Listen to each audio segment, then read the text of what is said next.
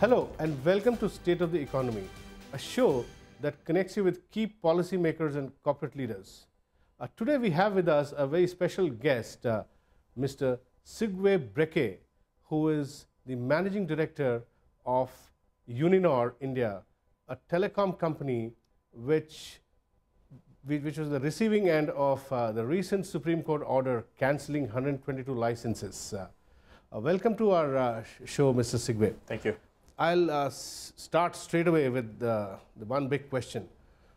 What are you going to do now with the Supreme Court order cancelling 120 licenses, and you are one of the sufferers, and there is a promise that those licenses will be re-auctioned, but there's a huge policy mess before us given TRAI's recent recommendation.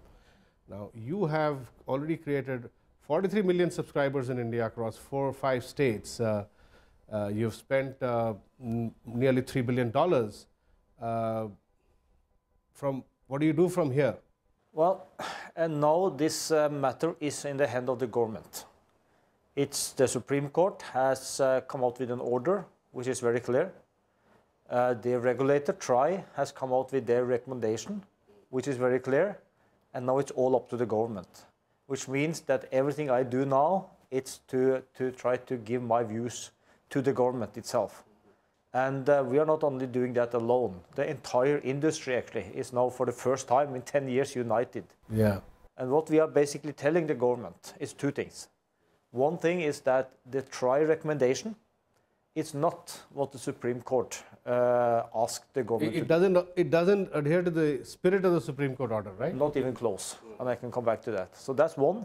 And 2, if this is becoming policy, if this recommendation is becoming policy, that's very bad for the entire industry, not only us. Yeah. And the entire industry is basically saying that if this becomes policy, and if we have to take this burden through these various auctions, all that will, in the end of the day, be put on the shoulders of the customers. And that's definitely not what neither the Supreme Court wanted, nor what should be the government's policy. Now, coming back to the Supreme Court order, the Supreme Court simply said that these licenses need to be re-auctioned. Now, what you are waiting for is waiting for the government to auction them in a rational manner, right? Now, tell me 1 or 2 things which you do not like in the TRAI recommendation straight away. One is high reserve price. Is that a huge problem, or can you overcome that? No, that is also a problem, but that is not what I would put on top of the list. Okay. And let me start with what the Supreme Court actually said. Remember that the Supreme Court dealt with one issue, and that was what happened in 2008, where 4 licenses was granted through a first-come, first-served policy. This is what the Supreme Court has dealt with, and this is what the Supreme Court is then saying in their order. And let me quote from the order. It says, fresh licenses with an S should be auctioned. Auctioned, okay. What we now see the TRAI recommendation is trying to do is not that. The TRAI recommendation and the government is trying to now put every regulatory issues under the sun into this auction. They're clubbing other issues. Exactly. Yeah. So there is refarming, there is 700 frequency spectrum, there's a lot of issues. That was not what the Supreme Court dealt with. Yeah, yeah. And on top of that, the TRAI recommendation is also such that it's impossible for newcomers. Is it possible then for the government to then say that since other issues such as shifting people from 900 to 1800 megahertz, what is being called refarming, not mentioned by the Supreme Court, so that can be separated from this issue, yes, can be dealt with later, and in the immediate future, only the issue of 102 license re-auctioning should be considered. Exactly. Is that the right way of looking at it? That's the only thing that the Supreme Court dealt with, and that's the only thing we ask this government to do. Do what the Supreme Court asks you to do, and then you can deal with all the other regulatory issues later. Why do you think TRAI went into all these issues and made a souffle of, as it were, of the entire policy? Well, yeah, I guess you have to ask TRAI about that. But I think this is an attempt for the government then to solve every possible regulatory issues for the next 20 years. And they have actually used the term next 20 years. Okay. And Fine, I'm okay with that. Let's do that step by step. But first, let's deal with what the Supreme Court order said. And the Supreme Court order said, issue fresh new licenses. So deal with the cancelled spectrum, deal with the cancelled licenses, and deal with the companies that were affected. Okay. And then we can do the rest later. Okay, so what you're saying is, you don't mind, really you don't mind this reserve price if there's a proper auction held, and through the auction a price is discovered, then Uninor will be willing to participate in that and, and continue its business. Let me then answer your question about what are the real issues in the trial. There are 3 issues. The first one, it's about the amount of spectrum. Okay. What was cancelled? If you take the 102 licenses that were cancelled, and you look at how much spectrum or radio frequency, it's around 20 megahertz per circle. Yeah. That's approximately. What the trial recommendation is recommending is to put only 5 megahertz out in the auction. So you're saying that itself is trying to limit competition. Correct. And limit the number of players. I would actually say it's stronger than that. This is not an auction. There is no way, nowhere in the world where an auction has happened with only 5 megahertz. In my view, this is a price balloon. Why is this being done? Because this is a part of the several steps. So what the government is trying to do here is to maximize the proceeds or the money coming out from an auction. Because after the first auction, that price, that discovery price, will go into the next auction. Okay. And the discovery price for the next one into the third one. So what they're trying to do here is to set an artificial auction. You're saying they're creating an artificial scarcity of spectrum. Correct. And trying to discover a much higher price for 1 megahertz and then use that for... Correct. So that's the first problem. And this is definitely not what the Supreme Court said. And on top of that, just one technical term here. If you are a newcomer, you need probably around 5 to 6 megahertz to run your business. There's a minimum critical that you need. Exactly. Yeah. So if only 5 megahertz is being put in the auction, theoretically only one can win. Theoretically. Okay. But not even one will win, because the incumbents will also participate in this. Okay. And the incumbents, they will be picking up this. Yeah. Because then the door will be closed. We'll come back to this issue, but after a break. Please don't go away and keep watching Raj Sabha television.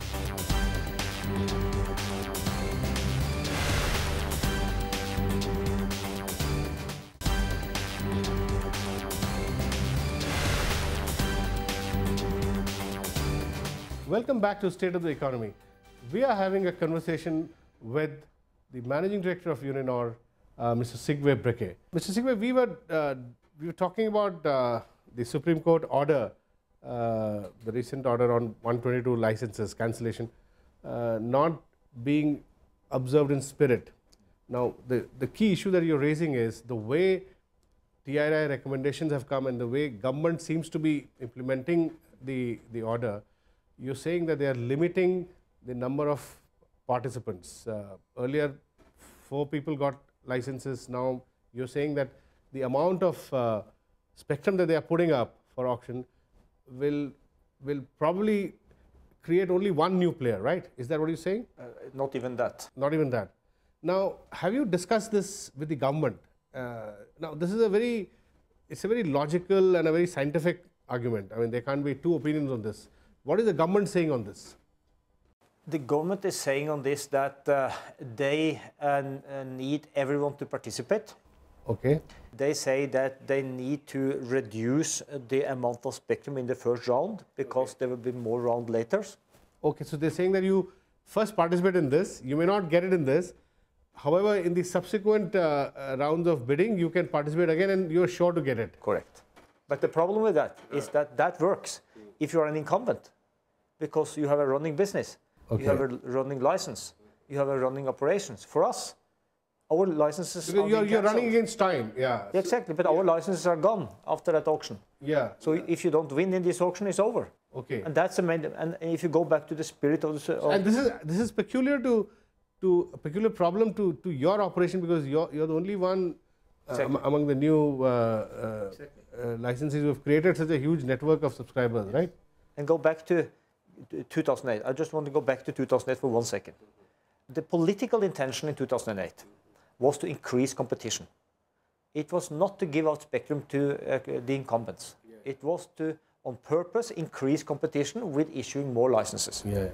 And then we can criticize the way that was done and all that. But don't remember the political ambition. And the political ambition was that increased competition would lower the prices. Create more consumer surplus, And if you look at what actually have happened since 2008, and this is not being debated much, the prices has come down significantly. The number of people that now have a mobile phone has come up significantly. Yeah, it's now 900 million plus, right? Exactly. So the competition has done exactly what the political ambition was. And that is what the Supreme Court has asked the government to deal with. And then the government, or not the government, the TRI is doing the opposite. If this is going through, the competition is going to decrease. And prices will go up, do you expect? Definitely. I think what the industry is saying, that the prices may go up 100% in some circles. In most circles, you will see the prices going up 20 to 30%. And let me use one example of this. If you are a customer of one of the two big operators in Mumbai today, and if you are a customer of the same two big guys in Delhi today, you pay 60% more tariff in Delhi than you do in Mumbai. Same operator. And why is that? Because in Delhi, there is no competition. There are no newcomers. And so the 60% tariff difference is what you actually can contribute to increase competition. Coming back to the other proposal, the extraneous proposal, as it were, of refarming and shifting, I believe, 600 million subscribers, and I'm told nearly 85,000 crores worth of investments already sunk into a new spectrum band of 1800. What are the implications of that? I've been hearing that all these incumbents will have to write off their old investments, create new investments. So do you think it will create a lot of disruption in the working of the mobile services? Definitely. What the TRI is trying to do here, they are trying to take a future 20-year picture and finding a today solution. So what they basically are doing, they are talking about technology neutrality, or to liberalize the technology, which means that they're preparing India for the future data growth. 4G, 5G, 6G, and so on. And then they're taking that into today's situation. The problem with that is that then you take this future 15, 20 years and you implement that into a today's situation. And the today's situation is not that there is a mass market demand for 3 or 4G. There is a mass market demand for plain voice services. Plain voice services. Exactly. And that's why I'm saying that, in a way, you take from the masses and you give to the classes. And that's not a government policy. And Mr. Sigve, to put it more simply, does this amount to kind of demolishing a whole city and trying to create a futuristic city where consumers of maybe of the 22nd century will come and live? Is that the sort of complicated exercise that is being attempted? It is. And in all other countries, they have done this in stepwise. And that can be done stepwise in India as well. You don't have to take a futuristic scenario and implement today. You need to look at what is the today business. And the today business is not about data. Of course, high-end customers are demanding data. But the mass market customer, he is either only demanding voice, or he may not even have a phone. And that is what the today's solution should be all about. Basically 3G, 4G will take a lot of time to reach rural India. At the moment, I guess the penetration is mainly on voice. That's what you're saying, right? That's what I'm saying. But tell me, the political ambition of the government continues to be to provide telephone connections, mobile services to the masses at very cheap prices. So that hasn't changed. Well, it has, because the ambition hasn't changed, but the TRI recommendation is probably taking it in the opposite direction. That's what you're saying. That's exactly the point. If I listen to those speeches, if I see the telecom plan that has been communicated, I agree to everything. everything. But this is not what the TRI recommendation is saying. But the government still has room to reject the TRI recommendation, right? That we have not heard the last word on that. No. In the Supreme Court order, it's specifically said that the government has 1 month to make this recommendation a policy. Okay. And that's why I said in the beginning, now it's all up to the government. It's all up to the government. And the government need to choose. Are we going with that recommendation and also knowing the consequences of it, or do we want to do this differently? Okay. So, and tell me, as you said in the beginning, this is the first time that I'm seeing in 7-8 years that the entire telecom industry is united. It's a very, for me, it's a very rare sight because they were, for the first time, they were united when they wanted to shift from, in the late 90s, at that time you were not, you not entered India. When they were shifting, they wanted to shift from a high license fee regime to revenue share. They were very united then, and then many of them did well. They became, then competition became very unhealthy, and they went in their own directions. That unity was lost, and now it's coming back again. So what do you see in this cycle? Well, of course, we are still competitors. Are they coming back because they really see a huge danger that on the horizon that this whole industry may just go down under? Yeah, let me answer like this. There is a misperception that telecom industry in India today is very, very profitable. Yeah, it's not. If you look at all the players in India, but all the results that are coming out, it's been sort of in decline. Yeah, and even the two big ones are having a margin which is much lower than what you normally will have in telecom industry in other countries. Yeah, and most of the players are not even profitable. Okay. So the notion or the perception that this is these guys are really cash-rich cows that. It's not true. I agree with you. It's not true at all. And if you also look at the tariff level in India, what is actually a customer paying per minute? It's the lowest in the world. Yeah. So you have to take this into account. And when all of us are making a business plan, we bet that business plan on the continuous growth. Yeah. And what we basically are now telling the government, if you implement this, we will not be able to sustain the current business model. Yeah. The prices, the tariff will go up, and the growth will go down.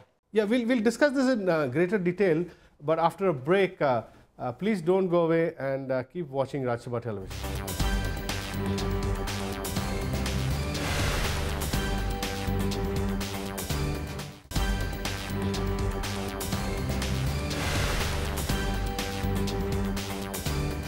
Welcome back to State of the Economy. We are having a very interesting conversation with the Managing Director of Uninor, Mr. Sigve Brekke.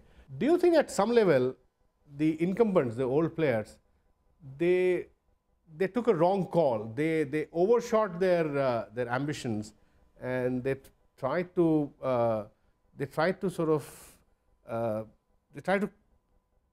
bring down prices in the hope of really getting huge volumes, and as entrepreneurs, somewhat they made a wrong call. Is that true? Generally, I wouldn't say that, apart from the third generation. I'll tell you why I'm asking you this. India is the biggest telecom market today. It has been growing at maybe compounded 30–40%. It grew for 5–6 years. With such growth, if entrepreneurs are not able to make money, then in what growth scenario will they make money? Let me also like this. In the nature of telecom business is that it's a very heavy capital investment type of business. Yeah. So not only you have to pay for your licenses as a starting point, but you also have to build out your network and all that. What that means is that you really need to make a long-term bet. Yeah. Because you are harvesting just down the road and a lot of investments in the beginning. Yeah. So you need to have a certain what should I call it, predictability on the rules and on the growth. Okay. So all the investment that they have done is based on a framework. Same with us. We have, as you rightly said in the beginning, we have invested around 14,500 crores in the first 2 years. And it will take years for us to get that back. Yeah. But that you do on a clear framework, and you do it on a certain growth forecast. Yeah, yeah. And that is the problem now, because suddenly you change the rules in the middle of the game. And for you then to continue to invest this type of money, the only chance you have is to put that burden over to the customers. That's the only chance you have. Yeah. And that is our worry, because not only then the growth will slow down, but the customers will then be the ones that are going to suffer from all this. Yeah, the whole burden will shift to the customers very soon. Yeah. And let me take just one example of that, which is quite recent. The third generation, the auction for the third generation spectrum. That was 2 years ago. And as you know, that became very, very expensive. And today, I will say that 3G is not a success. And the reason for that is that you are loading yourself with so much debt. You are loading yourself with so much expenses. So you will actually not be able to invest what is needed into the infrastructure. Yeah. And that's what you see today. And that's my worry about these new regulations also. That you continue to load too much expenses or too much debt over to the operators, and they will not be able to continue their business plan as is. And for us, frankly, we have a choice, because we are a newcomer. Our licenses are gone. So we have a choice where we can say, no, this doesn't make sense. And this is what I have told the government. If this recommendation stands, we are out. For the incumbents, they don't have that choice.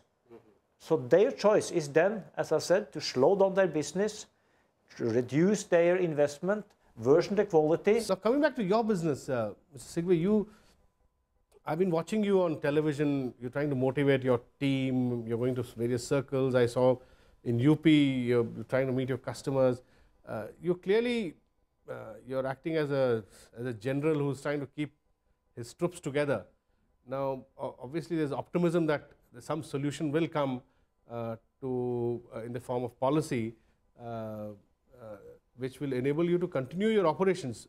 After all, you have how many? About 17,000 employees? Yeah, 17,000. 17,000 employees and 43 million subscribers. Yeah.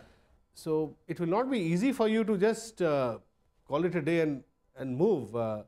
Now, that is a very tricky situation that you are in, right? If the policies don't support you, and tomorrow if you're forced to leave the country, then what will happen to all your employees, customers, who I see are very, very anxiously waiting to see how this policy unfolds and how the Supreme Court proceedings unfold?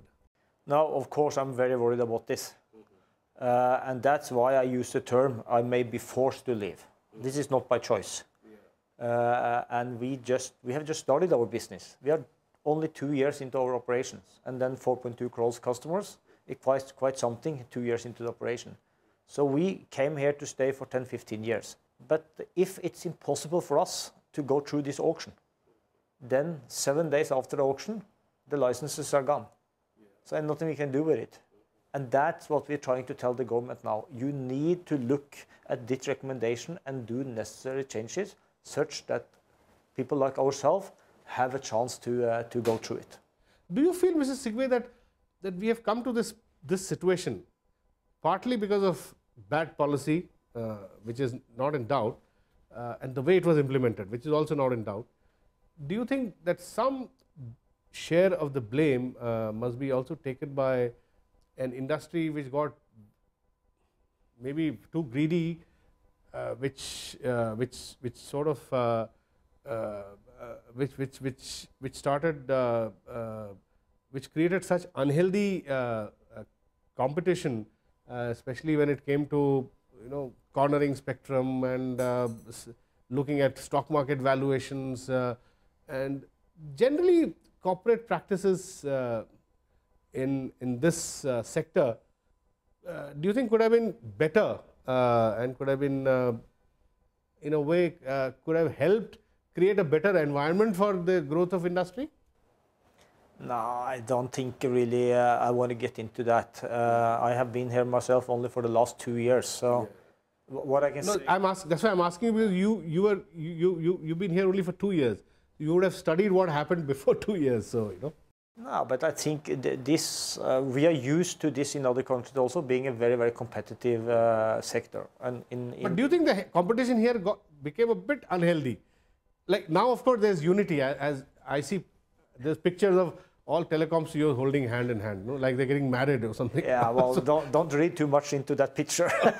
Okay. Yes, we are hand in hand to give our views to the government now. At the same time, there is a But I was suggesting that if things become all right, then again start. Oh, definitely. Unhealthy competition will And start if you again. go out in the market today, there is a real competition. But the experience I have from other markets on this is that this competition goes up and down. Okay. Yes, for the last 2-3 years, there has been a price war. You can call that unhealthy competition, but this is kind of natural until the industry sort out this. And today there are probably too many players. There will be consolidation, there will be rationalization, but let the industry figure that out. Because over time, we all need to get a return on what we have invested. So I'm not so worried about that. So you're confident that if the policy is right, if they auction spectrum in a rational way, you would still be able to stay in India and make profits over a longer period? If so far, as I said, we have not only built up a customer base, our target is also to actually be profitable already next year. Okay. So if the framework is right, definitely we will continue. We have just started. Yeah. Okay. And 4.2 crore customers is just a start for us. We have much bigger ambitions than that. And that's what I'm telling the government.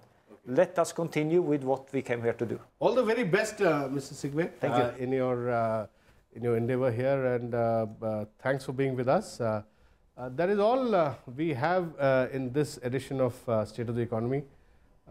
We will come back again with a new episode soon. Goodbye.